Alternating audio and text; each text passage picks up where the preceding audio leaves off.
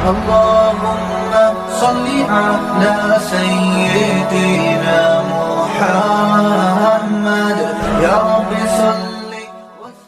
Don't forget to like, comment, share and subscribe.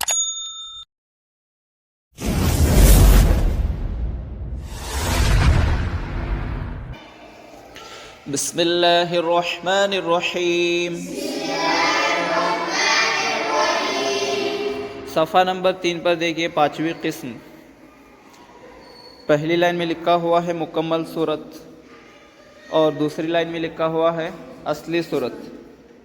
ہرا اور لال دونوں کلر ملا کر وہ مکمل صورت ہے اور صرف ہرا وہ اصلی صورت ہے. اس کے نیچے تیسری لائن میں لکھا ہوا ہے مرکبات یعنی ملے ہوئے حروف کو کہتے ہیں، یعنی ملے ہوئے حروف کو کہتے ہیں. چلیے پہلی لائن میں پہلا حرف دیکھیں. اس حرف کو ہم جلدی پڑھیں گے. حمزہ حمزہ حمزہ حمزہ. اور ایک حرف ہے جس کو ہم نے جلدی پڑھا تھا، کیا ہے وہ؟ کیا ہے؟ کیا ہے؟ اور یہ پہلے پڑھے تھے وہ، اور یہ یعنی الف اور حمزہ دونوں کو جلدی پڑھنا ہے. الف اور حمزہ کو دونوں کو چلیے حمزہ. اس کے بعد دیکھیے اس حرف کو ہم ہمارے گلے کے بیچ وہاں سے اس حرف کو ہم دبا کر پڑھیں گے. عین عین عین عین. اس کے بعد دیکھیے یہ حرف پور ہے، یہ حرف پور ہے. غین غین غین. دوسری لائن میں دیکھیے اصلی صورت. اصلی صورت مکمل صورت میں حمزہ جو ہے اس کے برابر نیچے حمزہ کی اصل صورت ہے اور عین کے نیچے عین کی اصل صورت ہے اور غین کے نیچے غین کی اصل صورت ہے.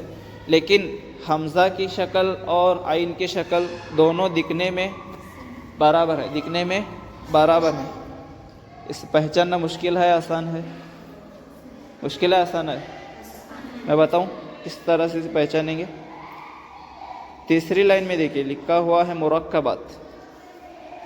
اس میں حمزہ کے نیچے جو مرکب ہے وہ حمزہ بھی الگ ہے اور الف بھی الگ ہے.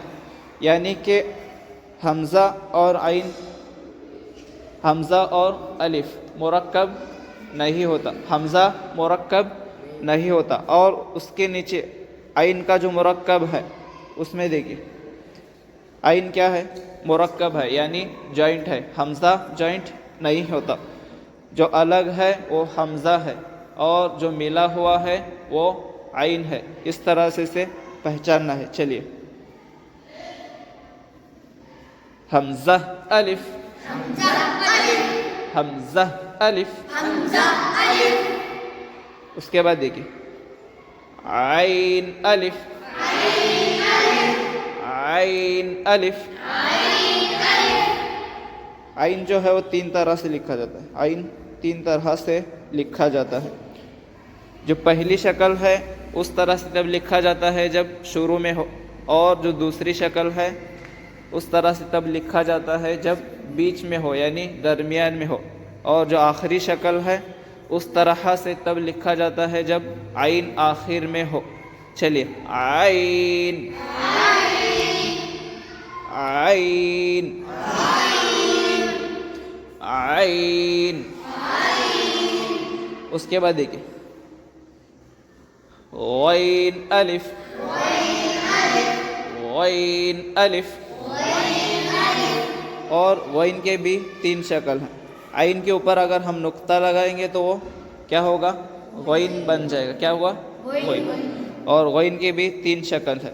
شروع میں ہے اس طرح سے غین تب لکھا جاتا ہے، اور درمیان میں ہو تو اس طرح سے لکھا جاتا ہے، اور آخر میں ہو تو اس طرح سے. چلیے غین غین غین. اس کے نیچے لکھا ہوا ہے مفردات.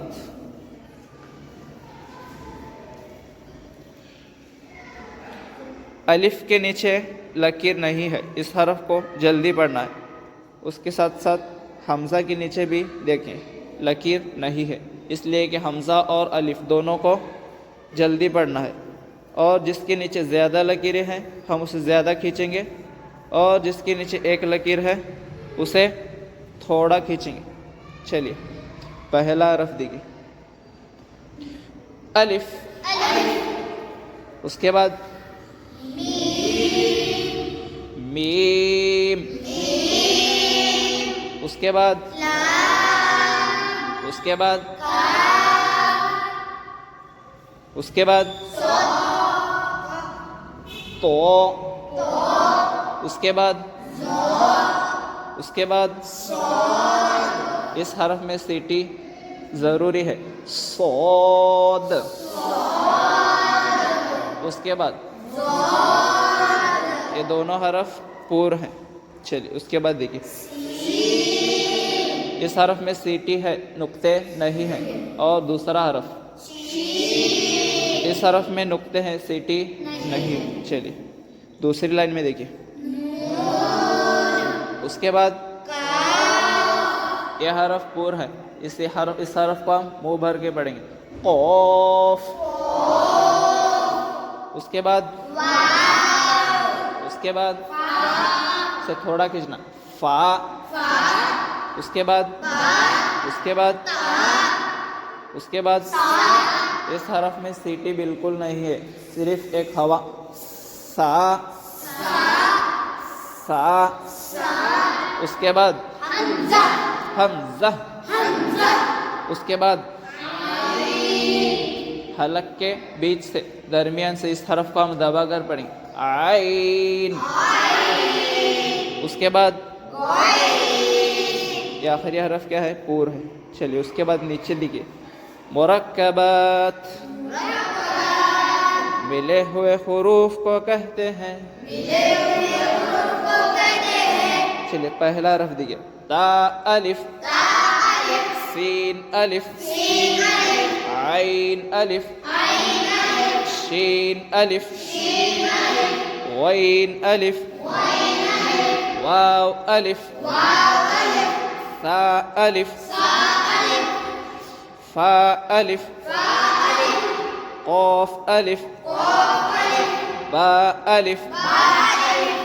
یہاں دیکھیے فا کا گول سر ہے اور ایک نقطہ ہے, تو یہ کیا ہے, فا ہے. اور اس کے بعد گول سر اور دو نقطے وہ قاف ہے. چلیے اس کے بعد با الف. اس کے بعد آخر میں حمزہ اور الف دونوں کو جلدی بڑھیں حمزہ الف, حمزہ الف. صفحہ نمبر 3 کے اوپر دیکھیے زبر. زبر کے معنی اوپر. اس کے بعد زیر. زیر کے معنی نیچے. پیش.